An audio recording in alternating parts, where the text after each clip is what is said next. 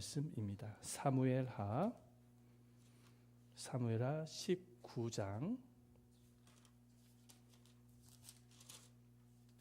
16절에서 23절까지의 말씀입니다. 구약 성경에 495페이지에 있습니다. 제가 가지고 있는 성경으로는 495페이지에 있습니다.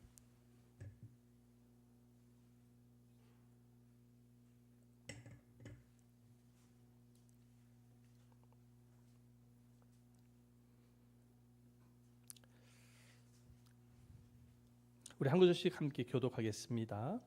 바울임에 있는 베냐민 사람 게라의 아들 시므이가 급히 유다 사람과 함께 다윗 왕을 맞으러 내려올 때에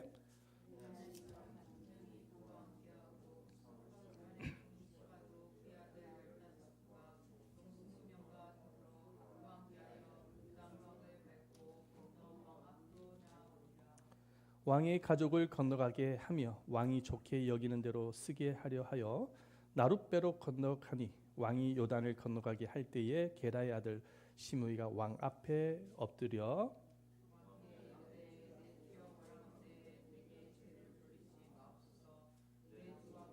왕 나오시던 날에 종의 피역한 일을 기억하지 마오시며 왕의 마음에 두지 마오소서. 왕의 종 내가 범죄한 줄 아옵기에 오늘 요셉의 온 족속 중 내가 먼저 내려와서 내 주 왕을 영접하니이다 하니 수르의 아들 아비새가 대답하여 이르되 시므이가 여호와의 기름 부신 자를 저주하였으니 그로 말미암아 죽어야 마땅하지 아니하니까 하니라. 다윗이 이르되 수르의 아들들아 내가 너희와 무슨 상관이 있기에 너희가 오늘 나의 원수가 되느냐. 오늘 어찌하여 이스라엘 가운데에서 사람을 죽이느냐. 내가 오늘 이스라엘의 왕이 된 것을 내가 알지 못하리요 하고 왕이 시므에게 이르되 내가 죽지 아니하리라 하고 그에게 맹세하니라. 아멘. 네, 박근성 목사님도 들어오시라고 하시죠. 예배 말씀을 드려야 되는데 다 들어오시기라고 바쁘시겠지만 들어오시라고 하셔서 우리가 집중을 했으면 좋겠습니다.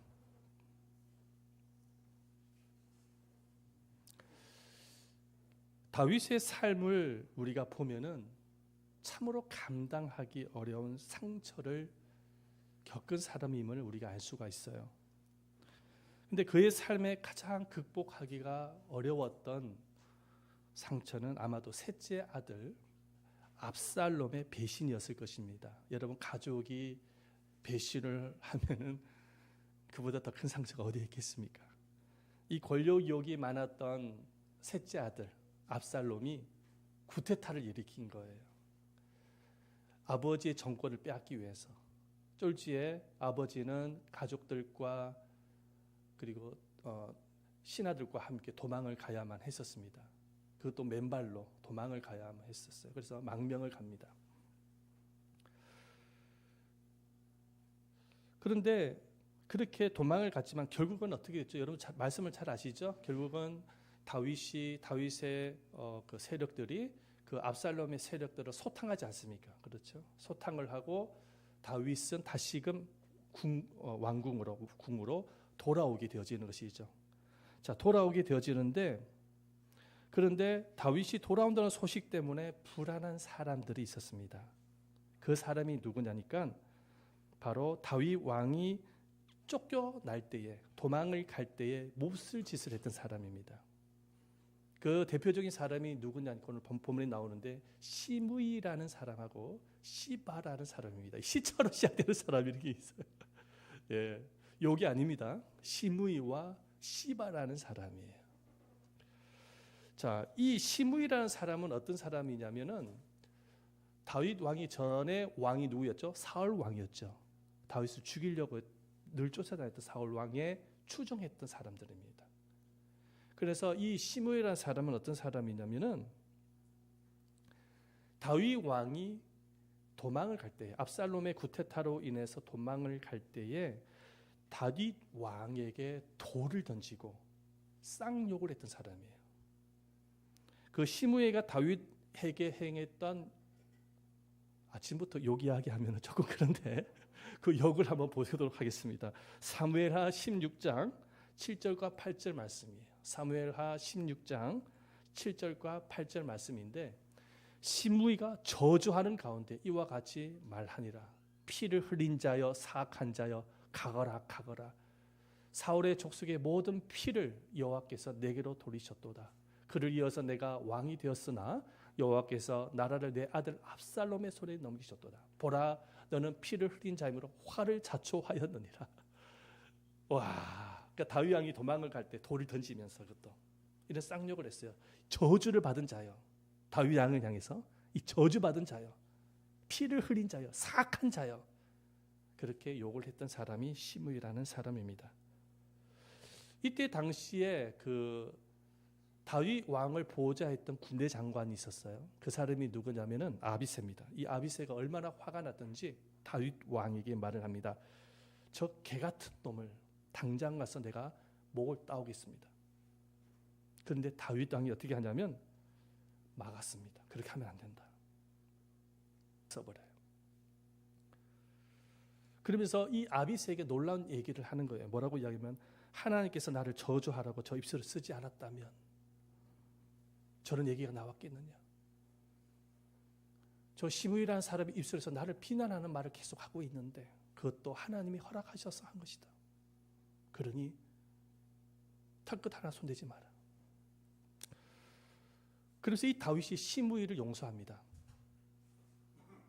자, 그런데 다윗이 이제 압살롬 세력을 다 소탕을 하고 이제 궁으로 돌아오는 거예요. 궁으로 돌아오는데 왕궁으로 돌아올 때 누가 가장 떨겠어요? 벌벌 떨겠어요. 누가 벌벌 떨겠어요? 시므이가 벌벌 떨지 않겠어요? 이제 옛적 일을 기억을 하면서 다윗 왕이 돌아오게 되어지면은 나를 죽일 것이다. 보복을 할 것이다. 이런 생각을 하지 않겠어요? 두려워 떠는 것이죠. 그래서 이 시므이가 어떻게 하냐면 선수를 치는 거예요. 이제 살기 위해서 선수를 치는데 어떻게 선수를 치냐? 다윗 왕이 요단강을 건너서 이렇게 오는데 먼저 가려고 하는 거. 먼저 만나려 하는데 어떻게만 혼자 안 갑니다. 1000명의 보디가드를 대동합니다. 100명이 아니에요. 몇 명? 1000명이요. 1000명. 자, 사무엘하 19장 16절 말씀을 한번 보겠습니다. 바울임에 있는 베냐민 사람 게라의 아들 시므이가 급히 유다 사람과 함께 다윗 왕을 맞으러 내려올 때에 베냐민 사람 몇 명? 1000명이 그와 함께하고 한두 명이 아닙니다. 1000명이에요. 시므이가 왜 베냐민 사람 1000명을 대동했을까요? 혹시나 다윗이 자기를 용서하지 못해서 자기를 치면 싸울 준비를 했던 거예요. 군사 충돌이죠. 싸울 준비를 했던 것입니다. 살기 위한 몸부림이겠죠. 그런데 이 시므이가 다윗 왕을 만나는 거예요. 자, 다윗 왕을 만나자마자 다윗 왕이 뭐라고 말을 하냐면 이렇게 말을 합니다. 사무엘하 19장 19절 말씀 보십시다. 왕께 아뢰되 내 주여 원하건대 내게 죄를 돌리지 마옵소서. 내 주 왕께서 예루살렘에서 나오시던 날에 종의 패역한 일을 기억하지 마시오며 왕의 마음에 두지 마옵소서. 이 시므이가 다윗 왕에게 뭐라고 이야기하면 자기 죄도 자기가 뭔 잘못했는지 알았나 봐요. 죄를 돌리지 말라는 거예요. 그리고 뭐라고 합니까? 패역한 일을 기억하지 마시오. 패역한 일을 기억하지 말라는 거예요. 애적 일을 기억하지 말라는 거예요. 근데 여러분 할 소리 안 할 소리 다 퍼붓고 난 이후에 잊어버리라 하면 잊어집니까? 우리가 살다 보면은 그런 사람들 있잖아요. 누군가가 나에게 할 소리 안 할 소리 막 쏟아붓는 거야. 그리고 나서 뭐라고 탁 던지면서 이야기를 하냐면은 내가 이런 말 저런 말 많이 했는데 잊어버리세요. 여러분 잊어집니까 그게? 안 잊어지죠? 네, 잊혀지질 않는 거예요.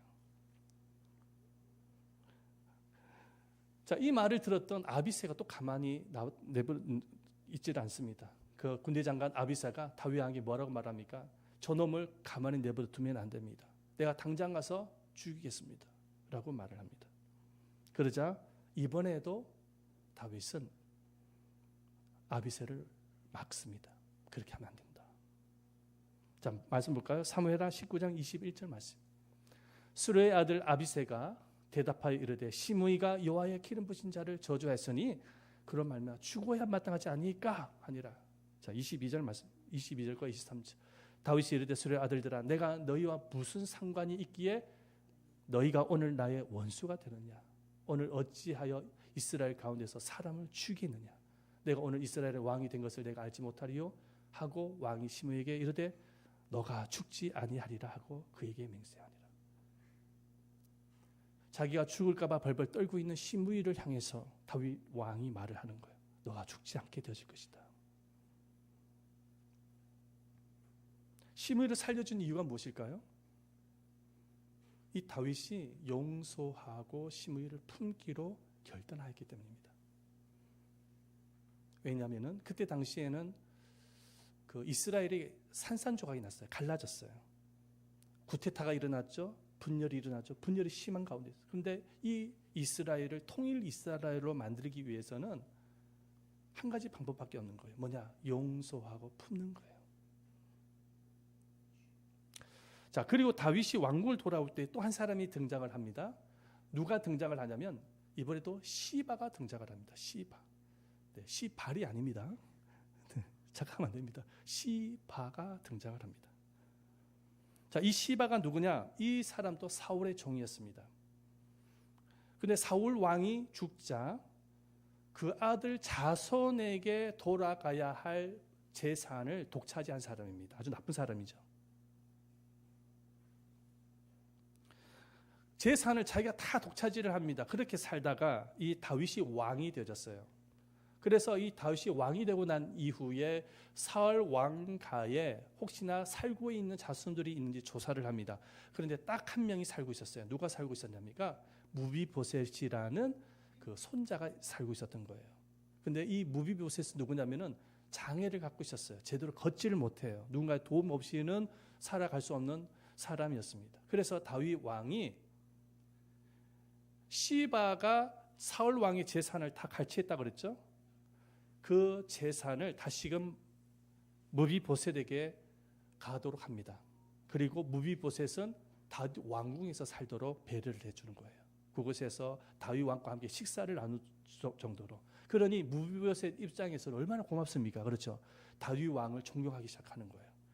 자, 그런데 이 다윗 왕이 압살롬에 의해서 다시 도망을 갈 때에 이 시바가 무비보셋에 가져갔던 그 재산을 또 독차지합니다. 또 빼앗는 거죠. 무비보셋에 무슨 힘이 있겠어요? 장애를 갖고 있는데 나이도 어리고.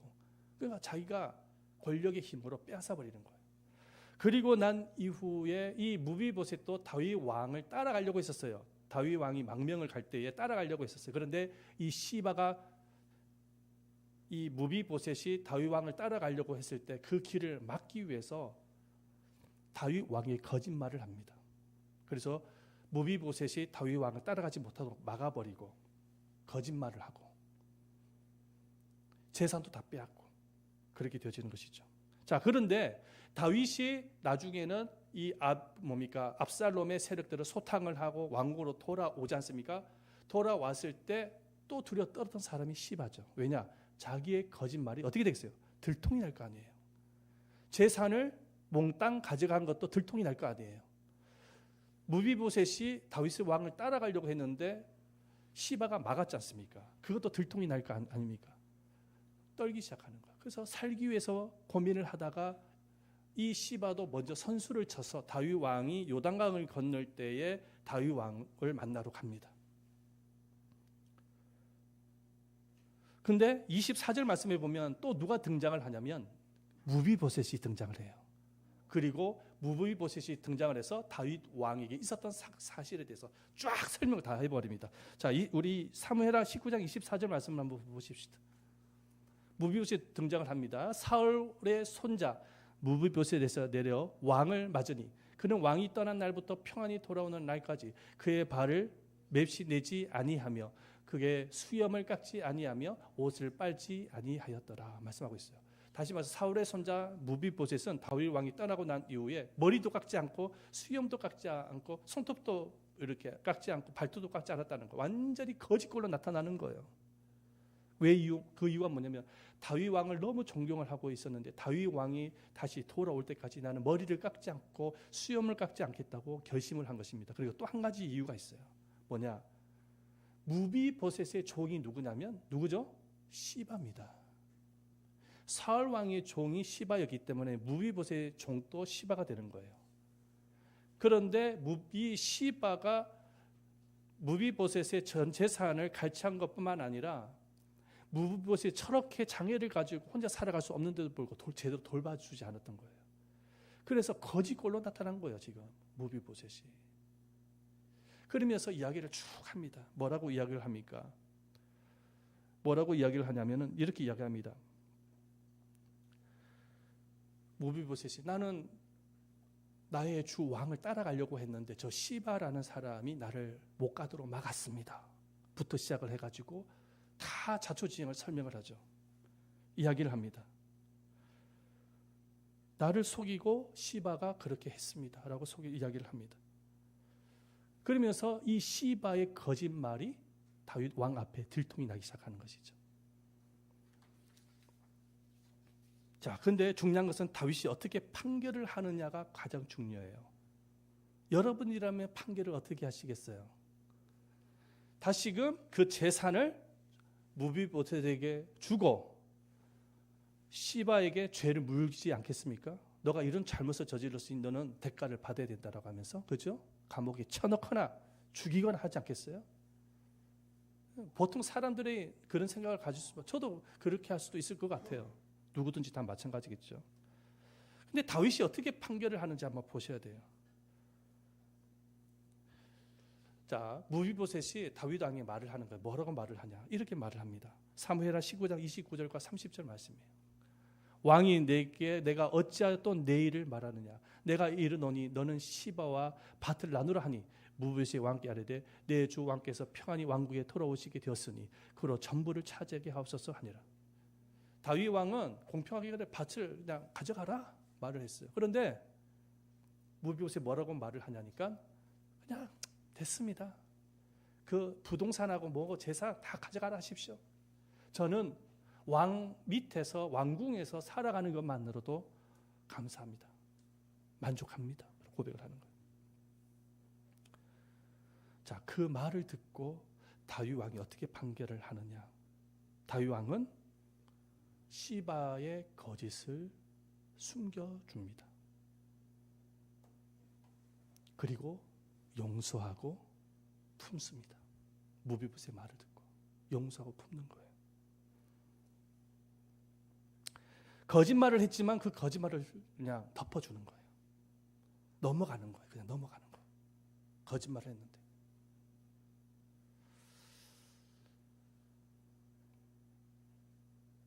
그 이유가 무엇일까요? 조금 전에 제가 말씀을 드렸죠. 지금 이스라엘이 어떤 상황이라고요? 분열된 상황이라고요. 쿠데타로 인해 가지고 완전히 산산조각이 난 상황이에요. 자, 그렇다면 이 분열된 이스라엘을 통일 이스라엘로 묶기 위해서, 만들기 위해서는 방법은 딱 하나밖에 없어요. 적을 만들면 안 돼.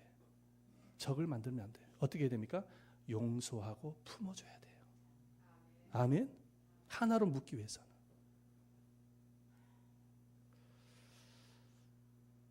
여러분, 다윗도 인간이잖아요. 용서하는 거 쉽지가 않습니다. 인간인지라 용서하는 거 쉽지가 않아요. 그래서 다윗이 죽기 전에 아들 솔로몬에게 유언을 남겨요. 뭐라고 유언을 남기느냐? 시므이 이야기가 나옵니다. 유언하는데 어떻게 나오느냐 보십시다. 말씀을. 이건 한번 같이 읽어봐야 돼요. 열왕기하 2장 8절과 9절인데 조금 글자가 작지만 한번 다 같이 한번 읽어봤으면 좋겠어요. 시작. 바울인 베냐민 사람 게라 아들 시므이가 너와 함께 있나니 그는 내가 마하나임으로 갈 때 악독한 말로 나를 저주하였느니라. 그러나 그가 요단에 내려와서 나를 영접함으로 내가 여호와를 두고 맹세하게 이르기를 내가 칼로 너를 죽이지 아니하리라 했노라. 그러나 그를 무지한 자로 여기지 말지어다. 너는 지혜 있는 사람이므로 그에게 행할 일을 알지니 그의 백발이 피 가운데 세월에 내려가게 하라. 이 말이 어떤 말이냐? 솔로몬에게 말을 하고 유언으로, 그것도 유언이에요. 유언. 시므이가 평안하게 죽도록 내버려 두지 마라. 굉장히 무서운 말이에요. 자, 그렇다면 지금까지 다윗이 시므이를 용서했다고 하는데, 품었다고 하는데 그게 용서한 것일까요? 지금 솔로몬에게 그렇게 말을 하고 있잖아요. 솔로몬에게 그냥 평안히 죽도록 내버려 두지 마라 이야기하는 거예요. 용서하는 것일까요? 용서는 했어요. 사실은 용서했기 때문에 죽이지 않았던 것입니다. 용서를 했지만 여전히 다윗 왕의 마음속에는 뭐가 있냐면 시므이를 향한 쓴뿌리가 있는 거예요. 그래서 이 쓴뿌리가 해결이 안 되는 거예요 지금. 그래서 유언으로 지금 이야기를 하고 있는 거예요. 나 평안에 죽도록 내버려 두지 마라. 여러분 이 사실을 볼 때에 이 다윗 왕이 살아생전에 시므이를 용서하기 위해서 얼마나 몸부림을 쳤는지 우리는 알 수가 있습니다. 자기를 향하여서 쌍욕을 하고 저주를 퍼붓고 돌을 던졌던 그 일을 향하여서 용서하기 위해서 다윗 왕이 얼마나 몸부림을 쳤을까. 그 쓴뿌리를 가지고 있으면서도 얼마나 몸부림을 쳤는지 우리는 알 수가 있어요. 용서는 결코 쉬운 게 아니에요. 그 이유가 뭐냐면 용서했다고 해서 쓴뿌리가 완전히 사라지는 게 아니기 때문에 그래요.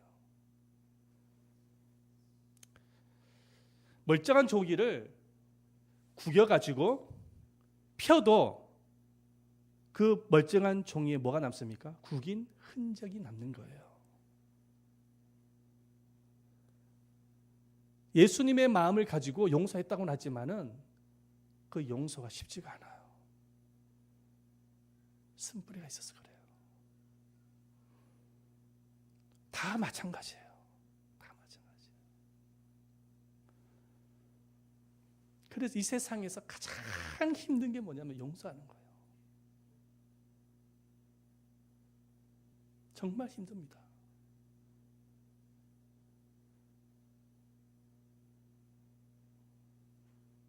이제 명절날에 되면 저도 이제 내려갔다 와야 되거든요, 사실은.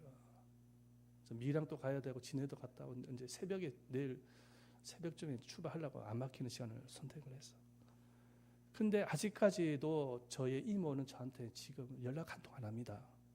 어머니가 돌아가시고 난 이후에. 왠지 아십니까? 제사 안 지난다고. 불효막심한 놈이라고. 기가 막힙니다. 제가 친인척들 다 모였을 때에 얘기를 다 했으면 저는 크리스찬이고 목사고 우리 가정은 크리스찬 가정이고 우리 어머니 집사님이시고 그래서 우리는 제사 안 지냅니다. 이렇게 말을 했어요. 제가. 그때 당시에는 고개 끄덕끄덕 하시더라고요. 근데 그 이후로는 뭐가 삐졌는지 연락 한 통 안 합니다.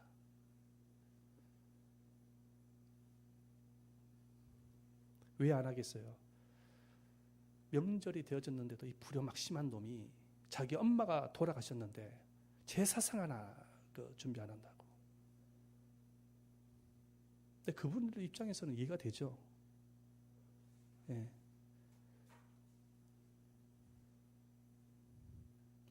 용서 쉽습니까? 힘들어요.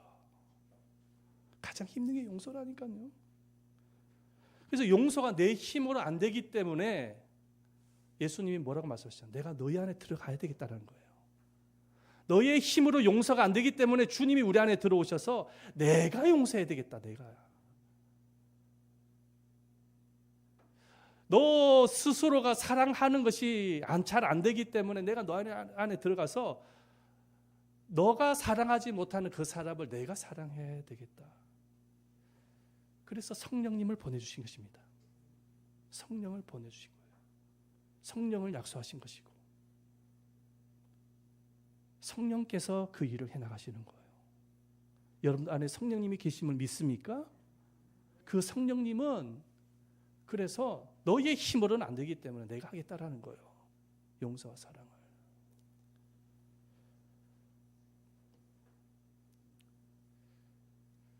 여러분 우리가 예수님께서 우리의 죄를 용서하기 위해서 어떻게 하셨는지를 깊이 묵상을 하면 여러분 용서하지 아니할 수가 없어요.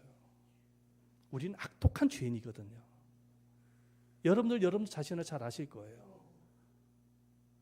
근데 예수님께서 십자가를 통해서 우리의 죄를 용서해 주시기 위해서 자신의 전부를 내어 던진 거예요. 베드로가 예수님께 와서 질문을 해요. 형제가 나에게 잘못을 저지르면 몇 번 용서해야 됩니까? 7번 하면 됩니까? 7번이 뭐냐면 이게 그거거든요. 최고의 숫자거든요. 7번이. 예수님 뭐라고 말씀하십니까? 7번이 아니라 7번에 70번까지 더 해야 된다. 곱하면 그게 뭐냐면 490번을 용서해야 된다는 거예요. 그러나 이거는 숫자 횟수를 이야기하는 것이 아니라 무한정으로 완전하게 용서해야 된다는 거예요. 그 말씀을 의미하는 거예요. 지금 그 이유가 뭐냐면 하나님이 독생자 자신의 아들 예수님을 십자가를 통해서 우리에게 내어주심으로 인해서 우리의 죄를 무한정 완전하게 용서해 주셨기 때문입니다. 그래서 예수님도 그렇게 용서해야 된다는 거예요. 그렇게 용서해야 된다는 것입니다. 그래서 여러분, 내 힘으로는 안 되지만 내 안에 계시는 예수님으로 인해서 용서할 수 있습니다. 다윗도 가냈잖아요. 다윗도 몸부림을 친 거예요. 용서하기 위해서. 그렇기 때문에 큰 왕이 된 거예요. 최고의 사람이 된 거예요. 지금도 이스라엘 백성들이 다윗 왕을 가장 위대하게 생각하고 있습니다. 하나님이 그렇게 높여주시는 거예요.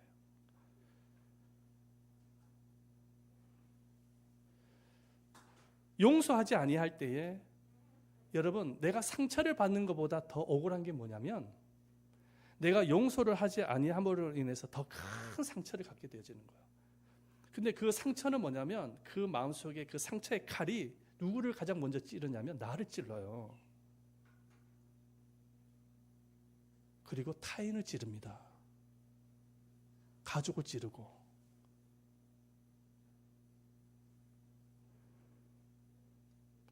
그러면 이 칼을 거두기 위해서는, 이 상처를 거두기 위해서는 유일한 길은 딱 하나밖에 없거든요.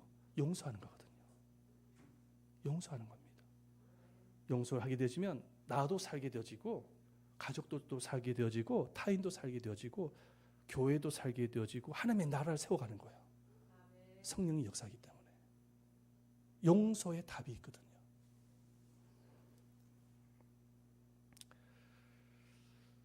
예수님께서 기도를 가르치실 때 이렇게 가르쳐 주셨어요. 시험에 들게 하지 말게 하옵시고 악에서 구원하옵소서. 기도를 가르쳐 주셨어요. 시험이라는 단어가 나오죠. 예수님이 가르쳐 준 기도죠. 이 시험이 뭐냐면 사탄의 시험입니다. 자, 근데 마귀가 우리를 시험할 때에 사용하는 무기가 뭐냐면 바로 죄와 상처입니다. 반드시 아셔야 돼요. 이유가 어떻든지 간에 그 내용과 이유는 중요한 게 아니에요. 중요한 게 뭐냐면 죄와 상처라는 빌미를 통해서 우리 안에 들어오는 거예요. 그래서 내 마음속에 미움과 용서치 못한 마음, 분노, 비난, 정죄의 마음을 갖게 합니다. 쏘는 거예요. 그러면 이 시험에 들지 않도록 하기 위해서는 어떻게 될까요? 마귀한테, 사단한테 용서의 화살을 쏘아 올려야 돼요. 내 안에 용서하기로 다윗처럼 결정을 하고 결심하고 품기로 결정을 할 때에 마귀가 떠나갑니다. 그리고 내가 살게 되어지고 가족이 살게 되어지고 교회도 살게 되어지고 하나님의 나라가 세워지고 모두가 살게 되어지는 통일 이스라엘이 이루어지는 놀라운 하나님의 역사가 일어나게 되어지는 것입니다. 그러므로 사랑하는 여러분, 저를 포함해서 살다 보면은 사단의 불화살이 있다는 사실을 꼭 기억하시기를 바랍니다. 불시험이 반드시 있어요. 그 불시험을 이기기 위해서는 예수님의 마음을 가지고 용서하는 겁니다. 품는 거예요. 정말 여러분들이 예수님의 제자가 되어져서 예수님의 마음을 품은 제자가 되어져서 정말 용서하고 품고 사랑해서 살리고 살려내고 정말 주님의 기쁘시게 하시는 그런 주님의 제자들이 되시기를 예수님의 이름으로 축원드립니다. 아멘. 우리 하나님의 함께 찬양을 한 곡을 하기를 원하는데 이 찬양을 다시 한번 하십시다. 힘차게 우리 박수 치면서 죄에서 자유를 얻게 하면 아까 우리 함께 불렀던 찬송인데요. 같이 한번 찬송하겠습니다.